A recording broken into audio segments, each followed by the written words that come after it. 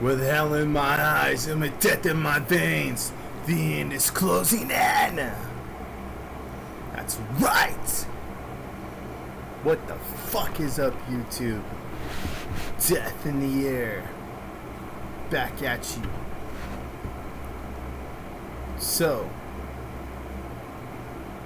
I was been brainstorming and thinking,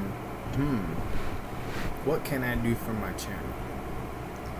And I remember that I said I wanted this to be a Metallica based channel because they're my favorite band and all that. So today, for all you motherfuckers out there, I'm gonna start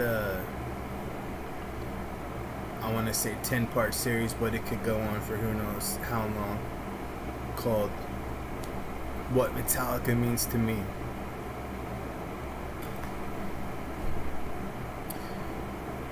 So here's the inaugural. So this is gonna be the inaugural annual first video of that series, and I'm gonna start with how I got into the band and all that, and I'm gonna talk about this fucking blistering motherfucker of a record. Still holds up 32, 33 years later, whatever. So yeah, without further ado, I first got into Metallica around when I was like a little kid, probably like 3 or 4 years old. My dad used to play it all the fucking time. And this is probably 1993, 1994. And then I have kind of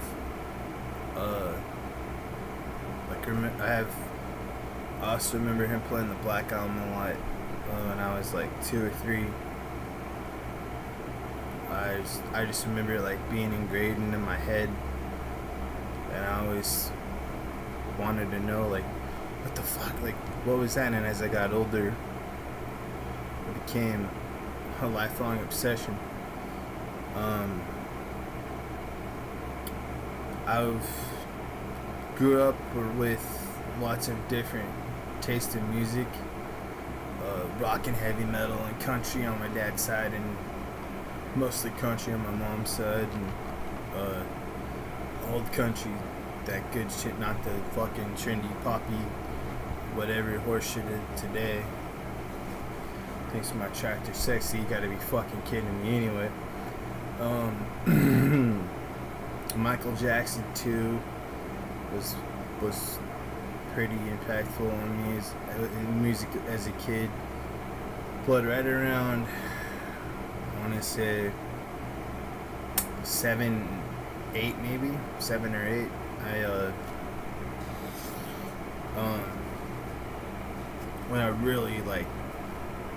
when I really started to take off with it, I can't remember exactly, but I think what really like drew me to it was Master of Puppets and the Black Album, because my dad had both those and he played the shit out of them.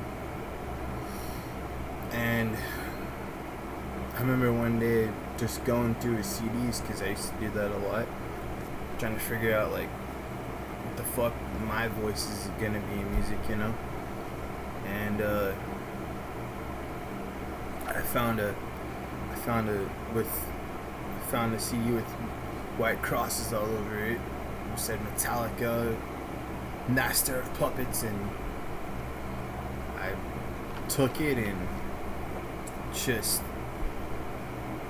from the first like initial listen or playthrough of it, I was just like, oh my god, this is fucking insane. It floored me, it hit me right away, and thought, my God, I gotta get more of this. It became like a drug, like an instant addiction. And so gradually I just became so obsessed with it. I kept asking him if he ever seen him. He did, and kind of it just grew and grew and grew. And then he also had the Black Album, which what really I didn't know about like the earlier records or Kill 'Em All or nothing yet. But what really blew me away was how different both albums were. And Master of Puppets is so fucking epic and all this, and the Black Album was very simplistic but still heavy and still punched you in the face. And this is also like around I was getting into like Queen and all that, and a bunch of other bands, and Black Sabbath, and a bunch of, the list goes on and on and on. And then around and I started to want to like buy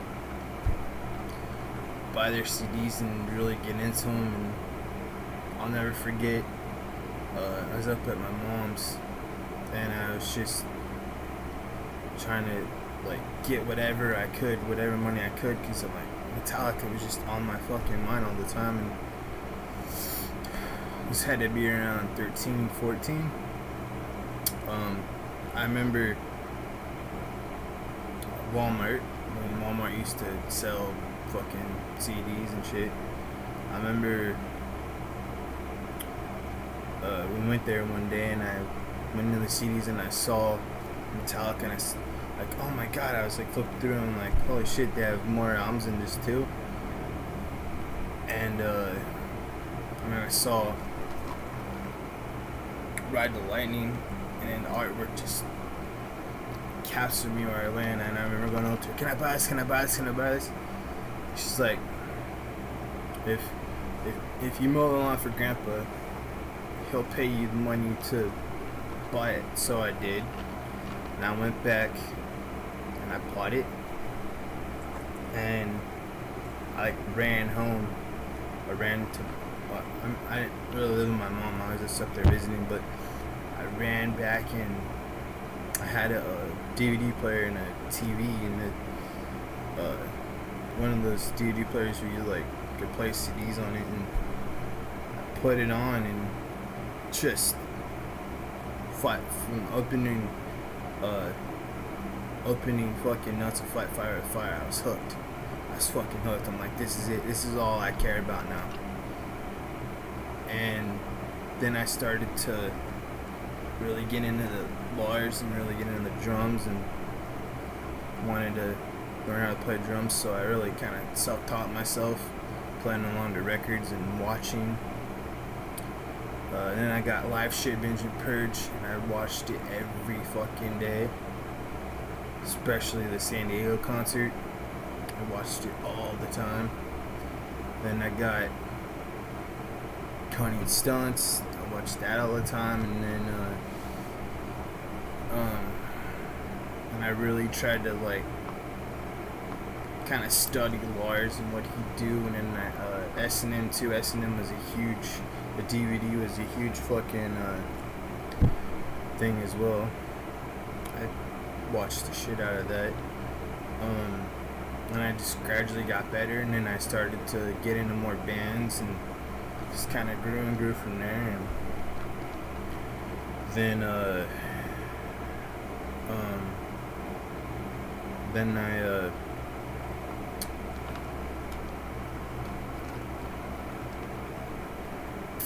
I bought. I do like little kind of jobs for my grandpa, and I'd earn some money, and I'd go and I bought Justice and Kill 'Em All, and then I bought Load and Reload, and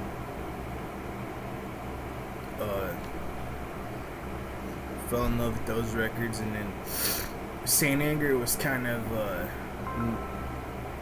my kind of like my first it was like the album cycle that I was on when I was really starting to become a fan. I know a lot of people give Saint Anger shit and then they like think it sucks, but I've always loved the record. I always liked it since I bought it.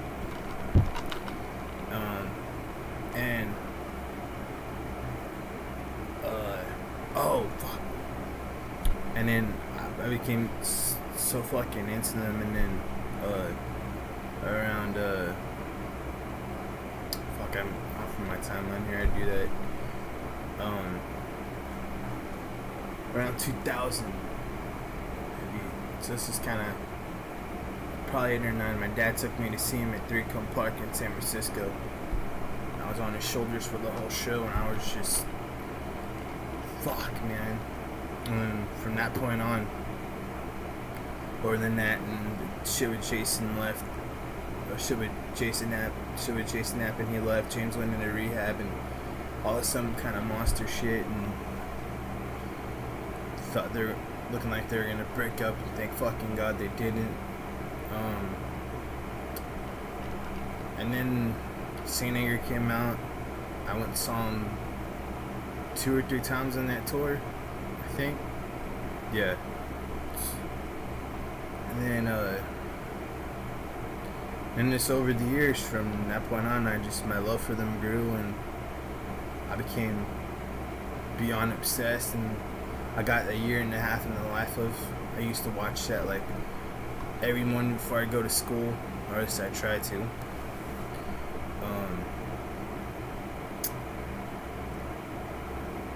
And the videos DVD, that was a huge thing too.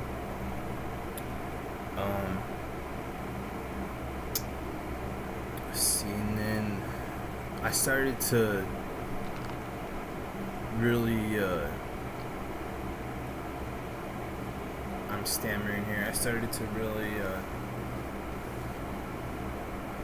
like get more and more into them, and I got, first getting a computer and getting internet, all that. I'd be on I mean, it's kind of before YouTube, so I'd look for whatever I could to watch anything of them. I wasn't like cutting stunts or S&M or live shit or something.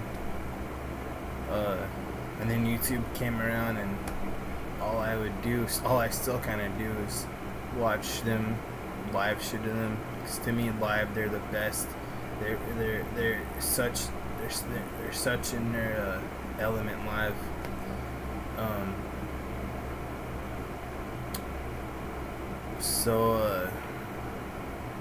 And now, and Death Magnetic era rolled around. Fucking played the shit out of that. I loved that, and I was lucky enough to go see them 4 times on that tour. And then especially that last show they played in 2008 in Oakland at the Oracle Arena. That was something really special. Then by like 08, 09, I'd say pretty much kind of like a legacy or veteran member fan. Pretty fucking hardcore. And then I'm running at 15 minutes, okay. And then from Mars, I just kind of started to gradually get into other members of the band. James came kind of second.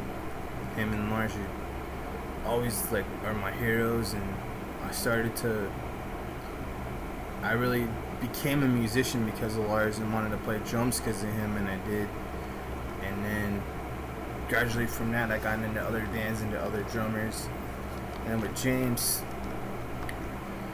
I started to realize, wow, I have a lot in common with this dude.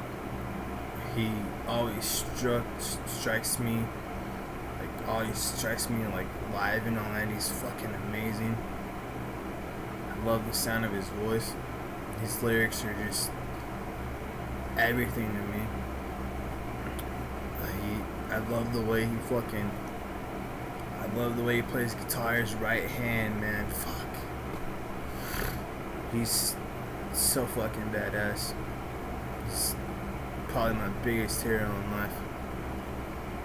I want more than anything to meet him one day. Just tell him, look, man, your music and what you do means so much to me, man. I hope I get that opportunity. Lars too. And then I got into Kirk, and then started to realize, Cliff and all that, and how important he was. Jason too, and Robert. To where I kind of have pretty decent knowledge of every member of the band, and then